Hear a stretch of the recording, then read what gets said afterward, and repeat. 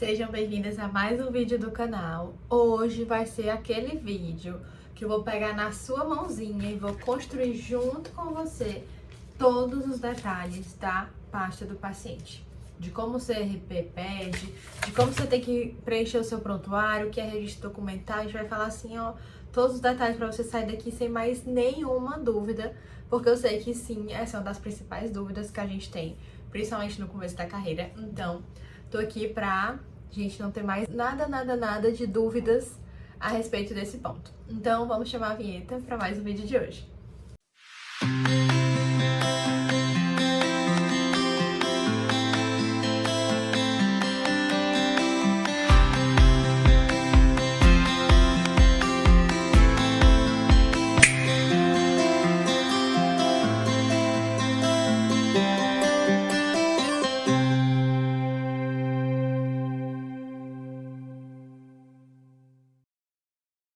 Mas antes de começar o vídeo, não esquece de curtir, se inscrever e ativar o sininho, que toda terça tem vídeo novo aqui. Faça chuva, faça sol, a gente tá colocando vídeo novo no canal das dúvidas e dos temas que vocês votam lá no nosso grupo do WhatsApp. Inclusive, vou deixar o link aqui na descrição, tá? É só preencher o formulário e no final do formulário vai ter o link pra você entrar diretamente no grupo. E das dúvidas que vocês me mandam lá no meu Instagram também, a respeito de caixinhas, enfim, várias formas de dúvidas que chegam por aqui e eu tento abraçar tudo, é muita coisa, mas eu tô muito feliz com essa interação, com tanta dúvida, tanta gente falando, eu tô muito feliz, então muito obrigada. Agora sim, vamos lá. Uma coisa que eu quero falar pra vocês é que assim, quando eu falo de como a gente tem que organizar a pasta, de como o conselho orienta, do que tem que ser feito, às vezes algumas pessoas comentam coisas do tipo, o CRP nem atua, o CRP da minha cidade nem existe, não fazem nada, só ficam cobrando anuidade, enfim. Às vezes eu recebo esses feedbacks, né? Mas eu quero falar pra você que acha que não tem que preencher o prontuário porque o CRP não vai atrás de você, de que o seu paciente também tem direito a acessar o prontuário. E se eu sou paciente de uma psicóloga que tem as coisas todas desorganizadas, ou que eu vejo que ela é desorganizada, que ela não segue ali o que é padrão, o que é esperado, eu não sei se eu confio muito na atuação dessa profissional. Então a gente tem que começar a internalizar que não é que o conselho vai ficar batendo na sua porta, como já fizeram aqui, né? Porque sempre que você faz um cadastro de uma clínica, pelo menos é pra acontecer assim, né? O conselho da sua cidade é para ir averiguar como é que tá a estrutura da clínica, as salas, e eles podem olhar os prontuários. Então, isso aconteceu aqui com a gente assim que a gente inaugurou, porque a gente fez a inscrição, enfim. Então, é um protocolo que é para acontecer. Ah, Valesca, não tem nem perigo de acontecer na minha cidade. Beleza. Mas vamos tentar pensar por esse outro lado. De que um conselho, ele existe para orientar a nossa prática. Então, já pensou se a gente fizesse tudo do jeito que desse na telha, na nossa cabeça, se os médicos não tivessem orientação, fisioterapeuta, se ninguém, tipo assim, não tem um conselho para te orientar, você só faz o que você quiser. Imagina o tanto de atrocidade, que inclusive já acontece, né? Então, o conselho existe para isso, pra gente olhar para aquelas normas e entender que aquela é a melhor forma de atuar enquanto profissional. E não ficar pensando, ah, eu pago essa anuidade, o conselho nem se mexe. Gente, vamos tentar ver por outra ótica. Eu não sou militante do conselho, não, tá? Eu tenho minhas ressalvas. Mas é pra gente tentar olhar por esse lado. Para ser uma boa psicóloga, eu preciso ter o material do paciente organizado. Eu preciso saber registrar da forma correta. Então, vamos tentar olhar por esse lado. E a partir de hoje, vai todo mundo organizar as pastas dos pacientes bem direitinho. A primeira coisa que eu quero falar pra você, que esse vídeo vai servir tanto para quem atende criança, adolescente, adulto, idoso, casal, todo mundo, certo? Então, eu peguei aqui alguns modelos de arquivo para mostrar para vocês que o ideal é que cada paciente tenha a sua própria pastinha, tá? Porque aí, no final do atendimento, você já vai colocando tudo ali organizado, o paciente vê que quando ele entra na sala, já tem lá o materialzinho dele que você separou, que tem anotações, né? Então, eu acho que isso já passa um ar também de, tipo, profissional organizada, que se dedica, sabe? Então, acho que isso é importante. Parece que, mas eu não faço esse registro no papel físico, eu só faço no computador. Não tem problema também, você vai fazer tudo isso que eu tô falando aqui no computador. Qual é a única coisa que o conselho pede em relação à proteção dos dados do seu paciente? De que o local que você guardar, por exemplo, decidir guardar no Drive ou no e-mail, enfim, que tenha uma senha que só você tem acesso, para, enfim, as pessoas não ficarem entrando e olharem e terem acesso às informações do paciente. Então não precisa, né, e o conselho nem dá, tipo, dica de aplicativo específico ou, enfim, locais específicos. Ele diz, olha, faça o registro direitinho e tenha cuidado para não ficar aí de acesso aberto para outras pessoas verem. Então é isso. E aí, gente, o que é que eu faço? Eu tenho pasta para cada um dos meus pacientinhos, porque eu atendo crianças, então a gente produz muito material físico, né? Toda sessão tem material aqui físico que a gente produz. Então eu já trago a pastinha deles para poder colocar sempre após o final da sessão. Mas, vamos lá. Primeira coisa que tem que ter na pasta é o prontuário, certo? Esse arquivozinho aqui, com esses tópicos que eu vou ler um a um pra vocês, certo? O primeiro, você tem que identificar o paciente, né? Tipo, de quem é esse material. Então, você tem que colocar o nome do paciente, o seu nome completo com o seu número do CRP. E as demandas. Aqui, como é criança, eu coloquei as 3 demandas que normalmente aparecem, que são as demandas da família, da escola, as demandas que a gente observa na sessão ou mesmo que a própria criança traz. Então, se você atender um adulto ou mesmo um casal, você pode resumir isso aqui numa demanda só. Então, a demanda que ele trouxe é de... A família disse que ele tem muitos comportamentos inadequados. A escola falou que ele faz muita birra com os colegas. Então, você vai anotando isso, que são as demandas que as pessoas trouxeram. Tenha cuidado na forma como você escreve, porque o paciente pode ter acesso a essa pasta. Então, assim, coloque os objetivos e as demandas, mas de uma forma que o paciente não vá ler caso ele leia e se sinta mal ou algo nesse sentido, sabe?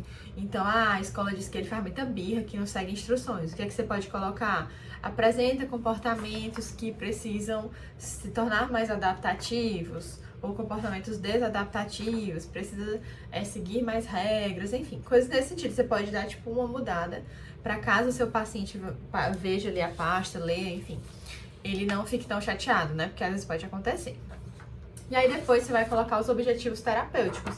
Então, se o seu paciente e a família, enfim, trouxeram essas demandas, como que você vai trabalhar isso? Se é uma criança que está apresentando comportamento inadequado, a gente vai trabalhar habilidades sociais alternativas, de comunicar ou se expressar quando não está bem, enfim. E aí é que vem a parte que normalmente causa mais dúvidas, a parte da evolução. Aqui você tem que anotar toda a sessão, o que aconteceu, mas não de forma detalhada. Você pode dizer, hoje foi aplicada a atividade de análise funcional sobre situação que ocorreu na escola. Ótimo, entende? Você tem que resumir o que aconteceu ali, se você aplicou alguma coisa, se, enfim, alguma coisa de forma geral que aconteceu ou intervenções que você fez de forma resumida. Por quê? O paciente tem acesso ao prontuário, então ele pode acessar, assim, essas informações. Agora, isso vai ficar o quê, ó?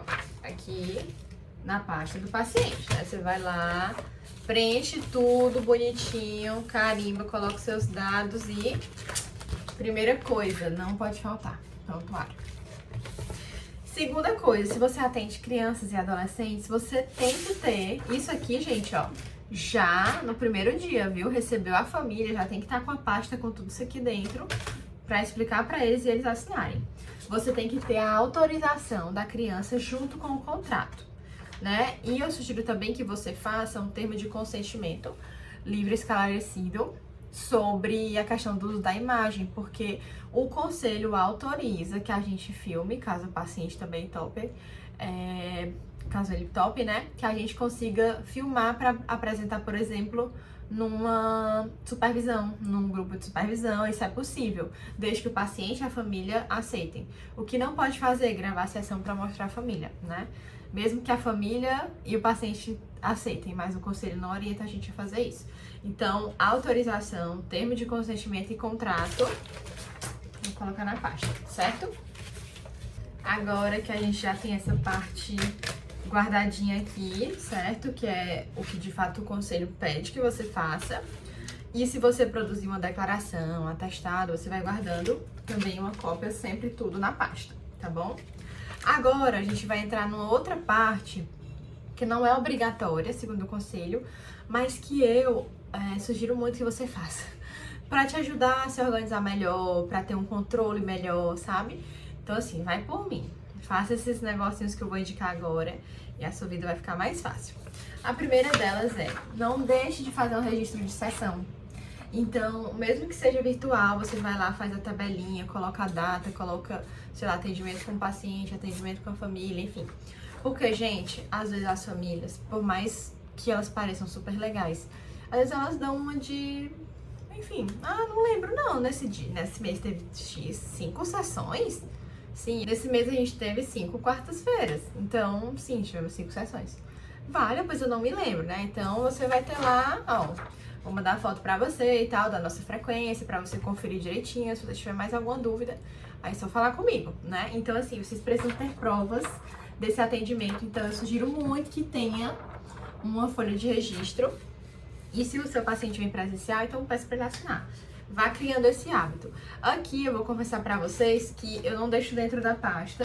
Eu deixo numa pasta com todas as outras frequências lá fora, porque aí a minha secretária já... O paciente chega, ela já pede pra ele assinar, ela já me ajuda nisso. Mas antes, quando eu não tinha secretária, eu deixava dentro da pasta do paciente e no final de cada sessão eu levava lá fora e eles assinavam em conjunto. Ou às vezes até antes de entrar eu já ia com a ficha pra assinar e depois entrava. Então, assim, não deixem de fazer isso. Então, ó, frequência guardadinha. Outra coisa que eu sugiro você fazer é uma ficha de identificação do seu paciente. Por quê? Principalmente a gente que atende criança. Então, assim, sei lá, você tem 30 pacientes. Você vai lembrar o nome, idade, escola, rotina da semana inteira de todos eles. Se você tiver uma memória, assim, brilhante, eu acho que você consegue. Mas se não, se você é uma humana normal como eu, né, limitada em relação à memória, você com certeza não vai conseguir decorar idade, escola, rotina da criança, medicamento exato que toma. Não vai conseguir, gente. Então, faça uma tabelinha, porque aí qualquer alteração você já vai lá e anota. Se você tá com uma dúvida, alguma coisa, já recorre. Então, como é que eu faço a minha tabelinha aqui, né? Coloco os dados gerais da criança, idade, data de nascimento, responsável e tal. E aqui eu faço tipo uma rotina, ó, né? Então, o que é que essa criança faz? Ela vai pra tia Valesca, depois vai pra tia Aline, depois vai pra tia... Enfim. E na quarta ela faz outra atividade, enfim. Então, eu já sei a rotina da criança. Depois eu peço pra anotar, ó, o histórico de medicações. Então, o que ela já tomou, o que ela tá tomando no momento, se teve alguma alteração de dosagem, enfim, fico por dentro de tudo. E por último, os profissionais que acompanham, inclusive com o contato, tá? Então, assim que a família chega na anamnese, eu já peço pra preencher isso aqui. Ou se não der tempo, eu peço pra eles preencherem e trazerem também. Então, isso aqui é uma coisa que eu deixo, inclusive, assim, bem na parte da frente, porque são informações do paciente que são muito úteis. Pronto, esses são os materiais que devem ficar na pasta e que, se o seu paciente pedir para ter acesso, porque ele pode e a família também, é super tranquilo deles terem acesso. Você pode entregar para eles darem uma olhada, então assim, eles podem ver isso. As coisas que eu vou falar a partir de agora, você só vai mostrar para a família ou para o seu paciente se for algo que realmente faça sentido. Então, todas as atividades que você produzir, vamos imaginar que isso aqui é uma atividade terapêutica, né? Vamos imaginar que é uma atividade sobre as férias. Então, essa atividade você vai fazer com a criança, você pode até colocar na pasta, mas você só vai mostrar numa orientação parental se fizer sentido, se a criança autorizar. Então, a partir do momento, né, que a gente tá aqui no vídeo, em que eu vou falar dessas outras coisas, você vai ter que analisar se aquilo entra na pasta de forma que a criança ou os pais podem ter acesso. Então, qualquer atividade que você produzir, você pode até guardar na pasta, mas se a família pedir, você tem o direito de retirar aquele material e deixar somente os materiais que eu mostrei antes. É um direito seu, tá? O conselho, ele te respalda nesse sentido. Se a família disser, eu quero ver tudo que a criança fez, todos os detalhes do que ela escreveu aí, você pode resguardar a criança nesse sentido e não precisa mostrar. E você está amparada. Então, ó, fiquem tranquilas quanto a isso. Mas aí você se pergunta, Valesca, e onde é que eu anoto, sei lá, o que eu achei, das coisas que a criança falou, as minhas hipóteses, o que eu tô pensando, uma coisa impactante, que eu preciso registrar em algum lugar? Gente, você vai fazer isso no registro documental, certo? O registro documental é um arquivo que só você e um fiscal do conselho vão poder ler e ter acesso a isso aqui, certo? Então, esse é um material que é muito, muito sigiloso, porque às vezes você tem ali hipóteses diagnósticas ou você teve insights, pensou em coisas que não, de forma nenhuma, em algumas situações, não vão ser bacanas para o paciente saber.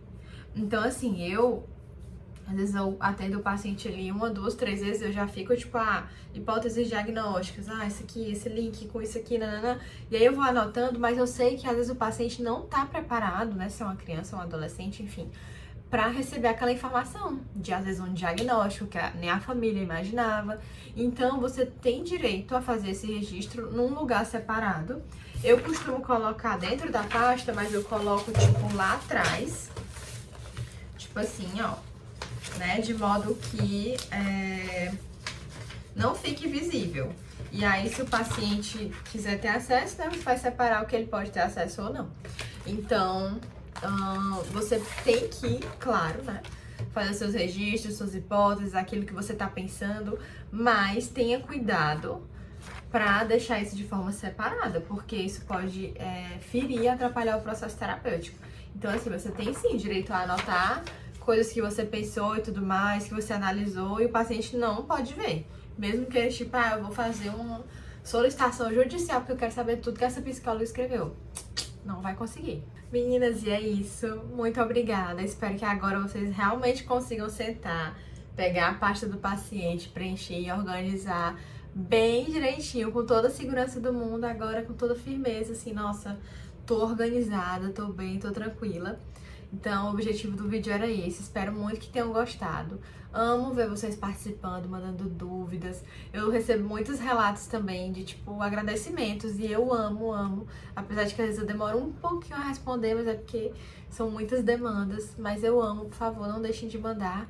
E vou convidar vocês para o nosso grupinho de supervisão, que é um grupo que a gente tem com vários outros profissionais. A gente tem aulas bem mais complexas, assim como essa, né? Mas bem mais elaboradas. E a gente também disponibiliza filminhos terapêuticos e PDFs de atividades.